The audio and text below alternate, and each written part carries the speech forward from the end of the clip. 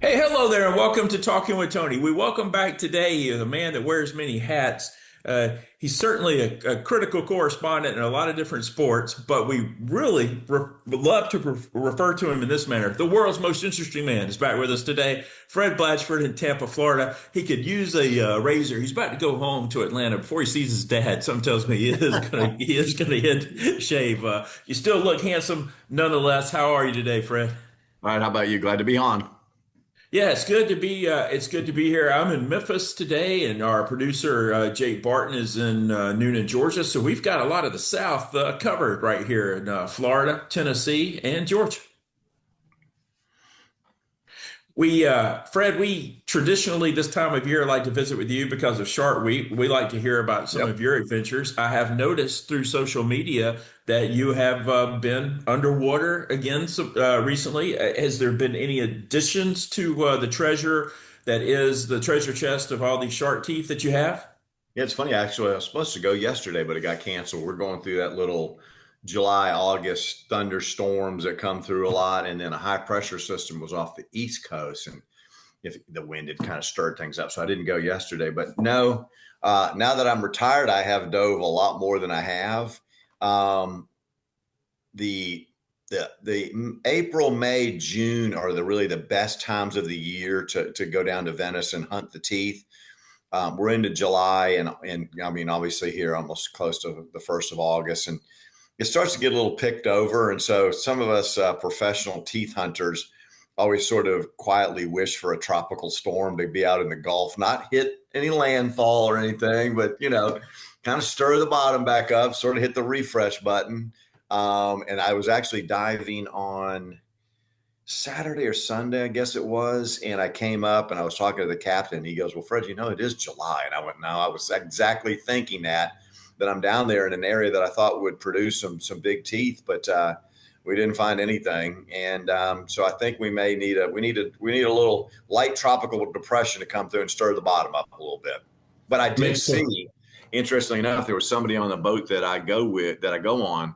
Um, uh, a young lady named Christina found a 6 1/4 inch tooth. Not when I was on the boat, but she brought it when she heard I was coming. She brought it, and so I actually got to hold it, and it was massive. So I mean, if you believe the science about megalodon sharks, an inch is 10 foot. That shark 3.6 million years ago was 60 foot long. Wow. Yeah, it's Okay. hard to The comprehend if you think about it, how big that shark was. But yeah. It prompts me to ask you if you had one that was that size. Now she brought it to show it to you and all, and she's very proud of that. But I got to be honest with you, I don't think it would leave my house because I'd be worried No. about fumbling. The wind comes No. up, I drop it, then it's No, overboard. You she never she see had it it she again. had it wrapped in a towel, some which I get, but no, because I've actually dropped teeth, and they're fossilized, but you drop them onto the floor, something like that, they will break.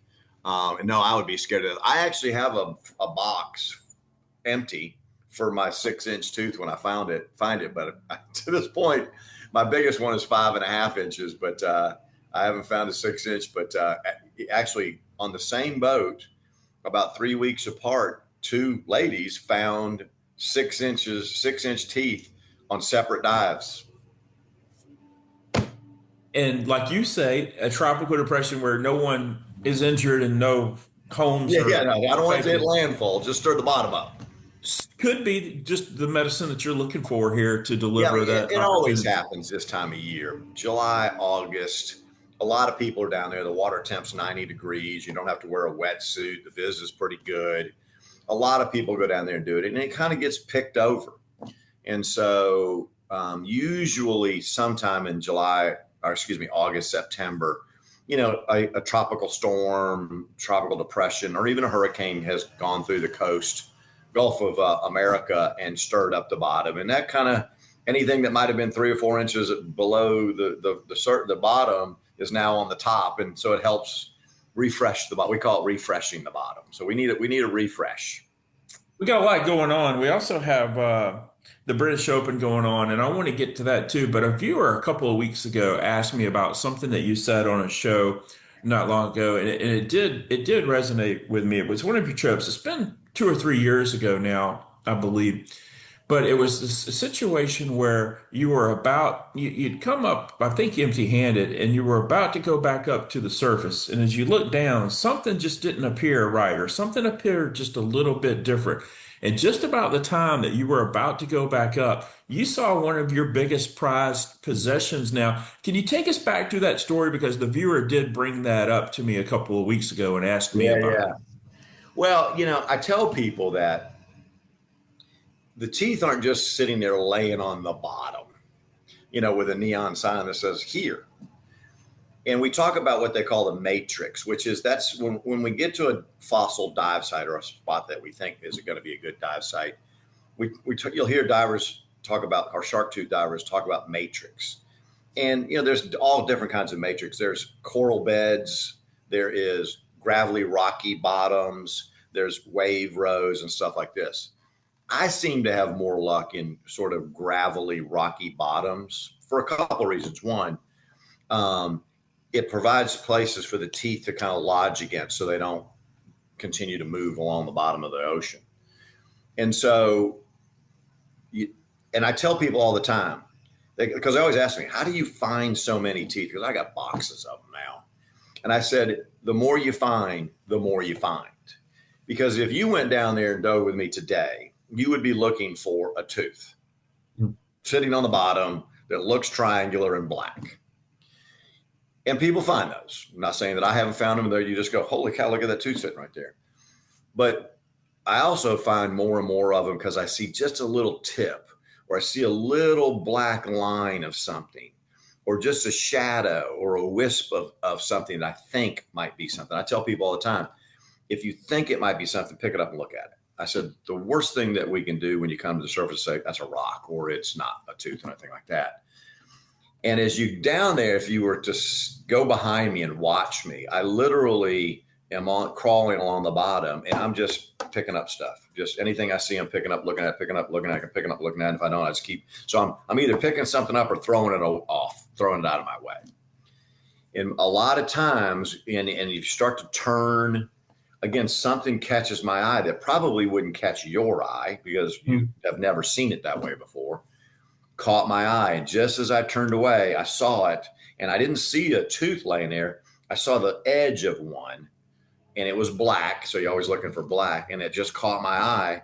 And when I put my hand into the sand and pulled it up, I was like, holy cow. And it was over 5 inches. So they're just not laying there on the bottom like that. The gal that found the 6 inch, I said, how was it, on the bottom? And she said it was sitting in there where the pointy part was in the sand, and the root of the tooth was just sticking up. And she said, and obviously when she saw the root, obviously you had no idea that when she pulled it out, it was going to be 6 inches long. So yeah, they're not sitting in there just with a neon sign perfectly situated in the bottom there like that. You have to think about it. That thing's been bouncing around the bottom of the ocean for 3 million years. So, you never know how they're going to be in there. It is Shark Week. We're going to start Sunday night on Discovery Channel and go the Yep. entire week. Jeff Kerr is an acquaintance of mine. Really can't say Jeff is a friend of mine, but he's part of the Shark Week family, and I've messaged with him. And Sunday night actually is his big night that he's proud of. Okay. Is the search for Colossus and on. He's done a lot of the air jaw. Andy Casagrande with the air jaws, and he tells me Sunday nights is a big deal, and I've seen him post on Oh, good. Facebook as well. I got to be honest with you. Also, Sunday night is Dancing with Sharks, and that doesn't seem like anything that I No, would like. Because I like to see the documentaries. I like to see the guys I'm out with there you. in the water and do the things. I don't want to see Shaq swim with Jack. sharks or No, Michael Phelps versus the no, shark. I'm with you. I want to see the realistic stuff. I do too. And Tuesday night has really got my attention too. My hopes are up. It's a couple of different shows actually that are both on Tuesday night. But one of them is How to Survive a Shark Attack, and I think that is going to be enlightening as well. But I believe you agree with me too. You want to see them actually either in South Africa or New Zealand or searching for things, and not just kind of made up who's faster, Michael Phelps or the shark kind of thing. Yeah. No, I'm with you. The celebrity thing, I get why they do it. It draws viewers. I get it. But I think the core audience that would watch it no matter what doesn't want to see Shaq diving with sharks. I don't care. Yeah, and I have a mean, whole segment on how they had to make a special wetsuit to fit him, which I'm sure they probably did. Yeah, I don't really care anything about it, but but you and I are probably more the exception than we are the norm. A lot of people want to see that.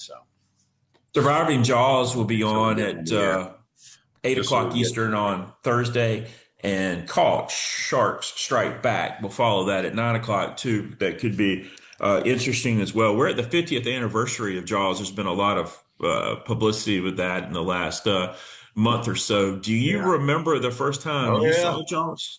Well, they just had Shark Con here in Tampa last week, and Richard Dreyfuss was supposed to come to it, but I guess he's got some viral lung infection, so he didn't show up. But I was standing at one of the booths talking to some gal that she was manning the booth, and they had an actor who was dressed up as Quint. And AJ, that son of a gun looked and sounded exactly like him. And I Sounds said to exactly her, like Robert Shaw with the yeah, yes, accent and yes, all. yes. Yeah, the whole thing Okay. looked exactly like him, and I think had the outfit. You could pay to get your picture taken with him and stuff like that. And I said, well, this has been a big year for this guy. Obviously, he's capitalized on the 50th anniversary of Jaws. And she goes, oh yeah. And I said, I remember. I said, I may be the only person in this building right here that was actually alive and went to the opening of the movie in the movie theater, kind of a thing. And she just laughed and stuff like that. But no, I do remember going to it. Obviously, at the time, I never thought I would become, the diver that I am, and that, But interesting as I look back on it now, that I had no idea what dive was all about. But me and millions of other people were doing it. I just saw a thing on social media somewhere where I think it's God, who was it? It was a Peacock. Somebody has a whole 50th anniversary look at the making of Jaws. Premiering on the island this weekend was the National Geographic documentary Jaws at 50, followed by an after-party at the very hotel where the cast and crew stayed during the summer of 1974. The documentary, set to debut on Disney+, is a must-watch for Jaws fans, featuring fresh insight into the making of the film. I like the idea that people can watch this in 100 years. Absolutely. When you see this film, pay full price. Don't listen to anybody else. There's no freebies here, and good luck. And how how Spielberg thought he was going to get fired because I guess they were 100 days over the schedule of producing the movie. And you can only imagine that, the technology back then was, that they were literally out there on floats and barges and stuff like that, as opposed You to. know the name of the shark because it was not a real shark, but there was a shark. It was Bruce, wasn't it? It is. That's exactly right. Yeah. It's exactly. And I I mean, think nowadays Bruce had CI and or AI and all that kind of stuff. It's not as cool now, I don't think. I think Bruce had a lot of troubles. A lot kept breaking Yeah. down and. Well, and you think all. of that. I mean, that thing was basically a plastic model of a shark. It was basically what it was. So, yeah. Fred, this is a little bit off the subject, but when I think about like the All-Star game was just in Atlanta, and a big part of that was showing Henry Aaron's. I don't know if that happened in the seventh inning or when they did show that. But to think that you were there like when the Jaws debuted in the theater, and then you were also there in person when Hank Aaron, you're one of two of my friends, Casey Motter, who later was the voice of the Atlanta Braves for years and years and years, and we lost him a couple of years ago. Both of y'all were there, two of my friends, and you've told the story, before because you were young. I mean, you were really. I think I was 12. I think, yeah. Me and my dad and my mom and my sister were all at the game. I still have the game program and the tickets. Everybody standing up, Well, I around. just remember we were on the first base side. There's two things I tell people that I remember. One is Pearl Bailey sang the national anthem, and people would probably have to Google her. Was that E-Hall? What was she hat and everything like that. And I just remember when he hit it, and he obviously hit it over the left field wall, and we were on the first base side, and I was 12, and so everybody stood up, and so I didn't really see it, and I don't remember seeing those young guys that ran on the field, because at the angle that they ran on and where my seats were, and people stand up in front of me, I don't remember seeing those guys run on the field. So I just remember how loud it was, and right when he hit it, it's that split second of where everybody's getting ready to to stand up because you could tell that it was gone. And then I didn't see a lot of it after that because at 12 years old, people were taller and bigger than me, and I couldn't see it over or around them. So yeah. It's amazing to go back and look. And for years, I've noticed the Dodgers players that were on the field were pleased for Aaron as well. Maybe not Al Downing, the pitcher. I think later on in life he Yeah. certainly realized the significance of the moment.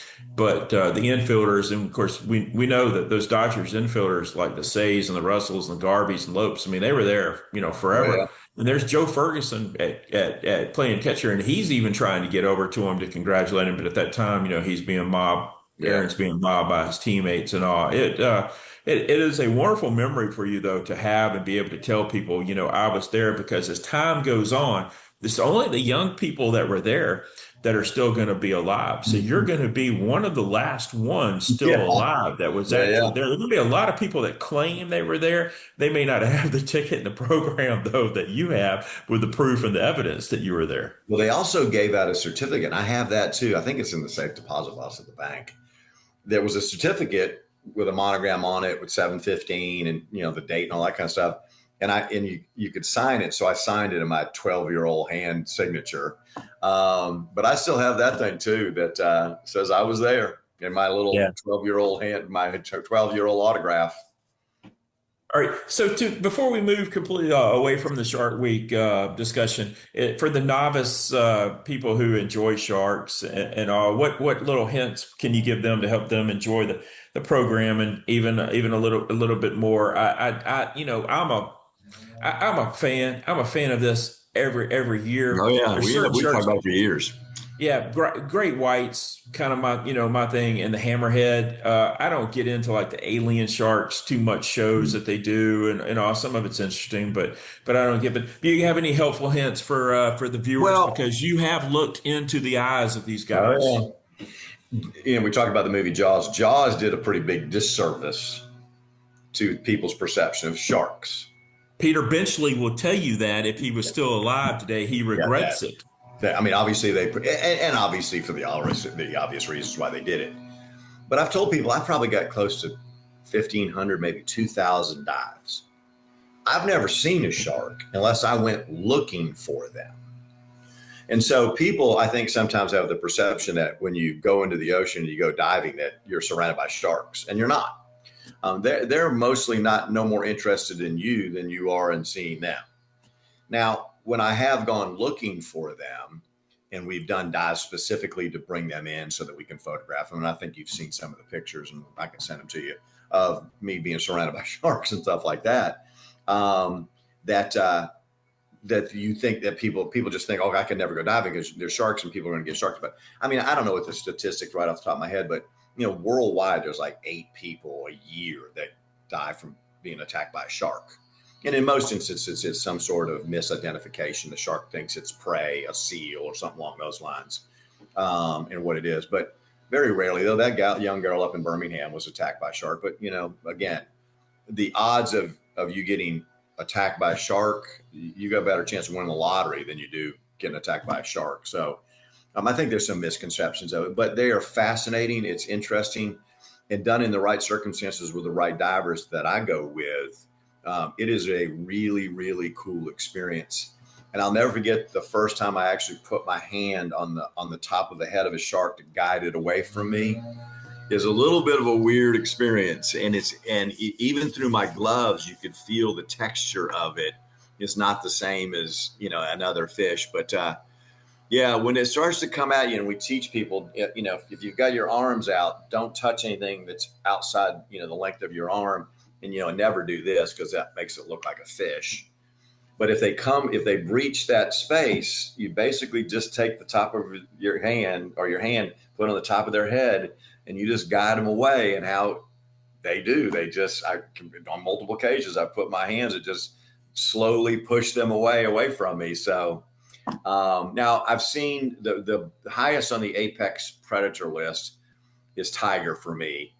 Hammerhead, bull, and then obviously a lot of miscellaneous ones. I've never seen a great white, but there have been some occasions on the place that I go to they actually have seen a great white. But they migrate up and down the East Coast depending on the water temperature and stuff like that. And they're moving north now, so probably won't see anything. But they follow the fish, and as the Gulf Stream runs up the East Coast, they follow the food.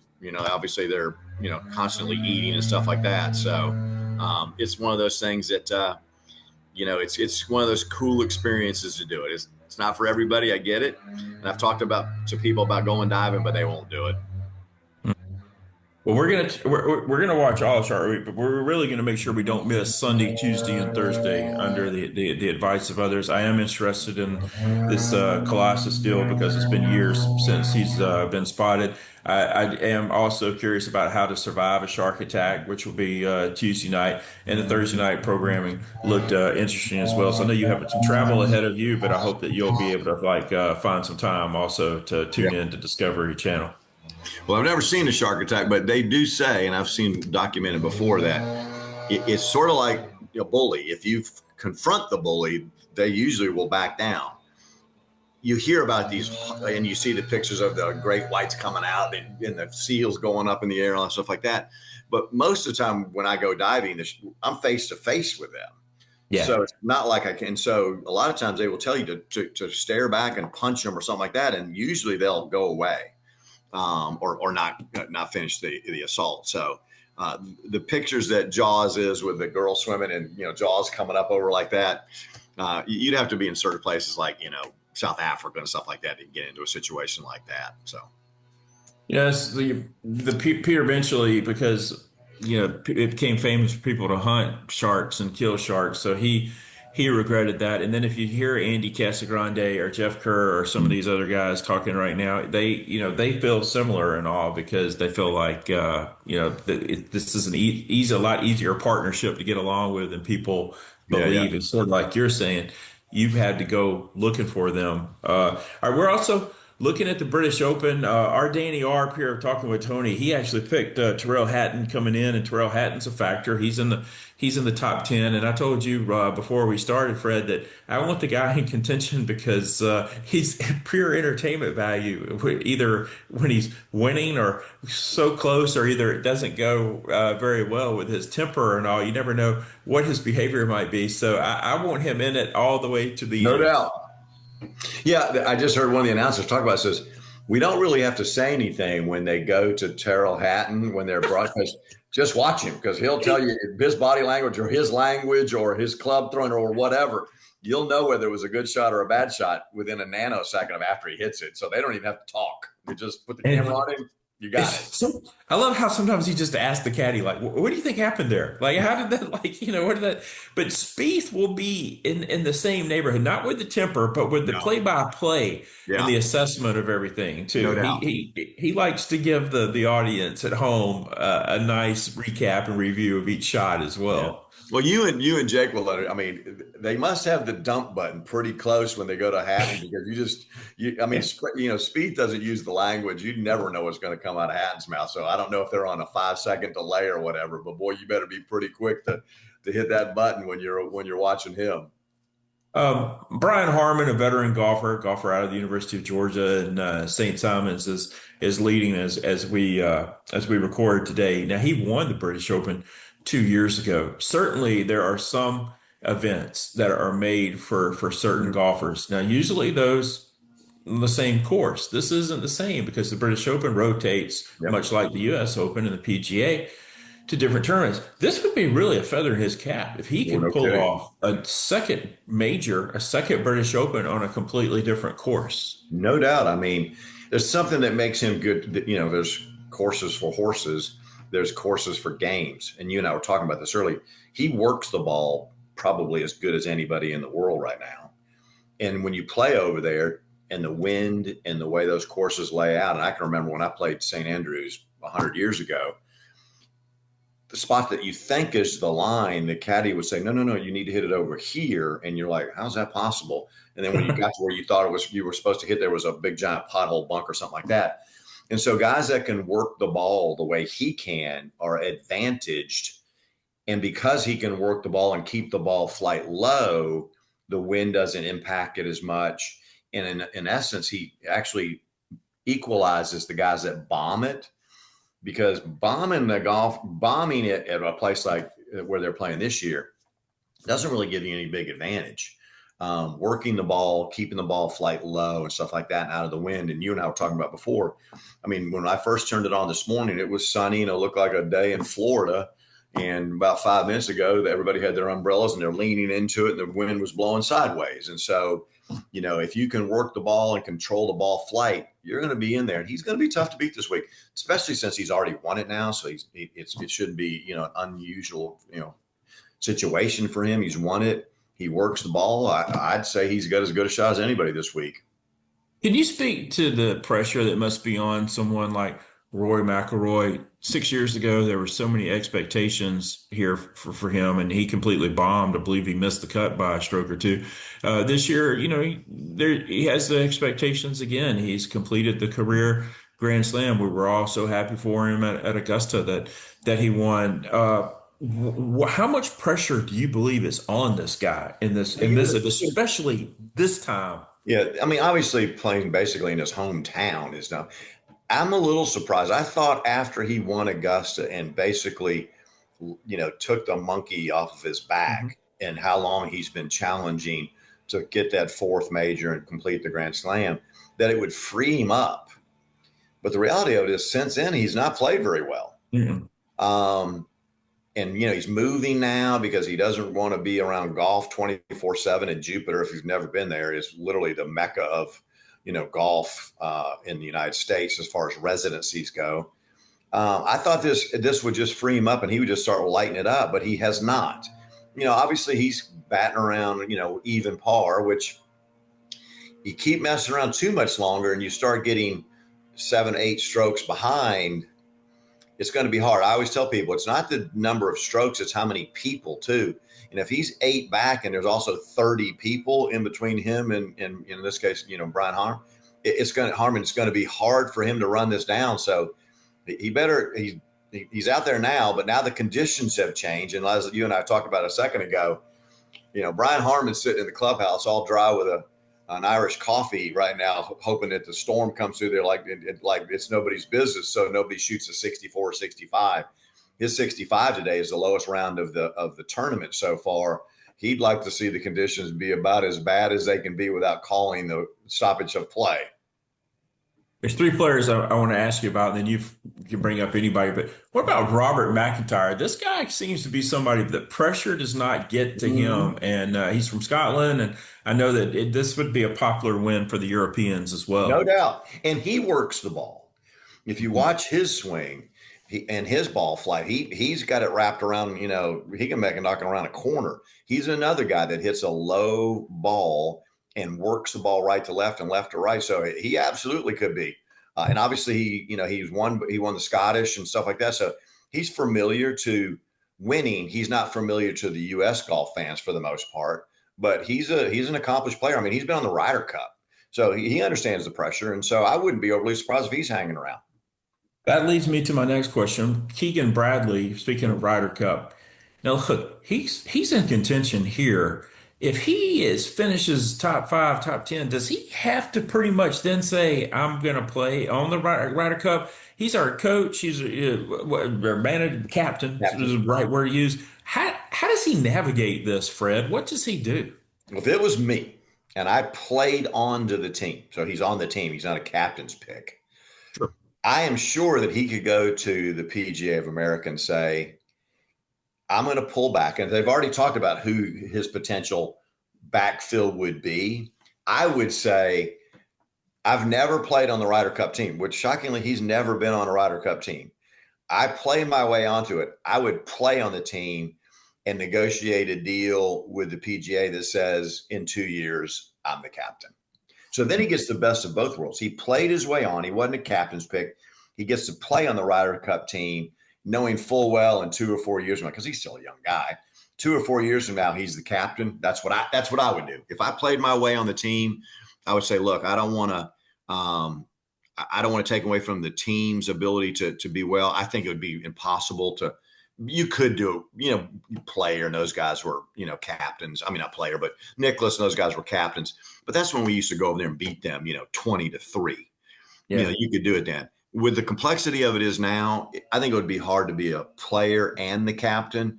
If I played my way onto the team, literally I qualified based on points, I would play, and you know that the PGA would make him the captain next time or 4 years from now. That's what I would do.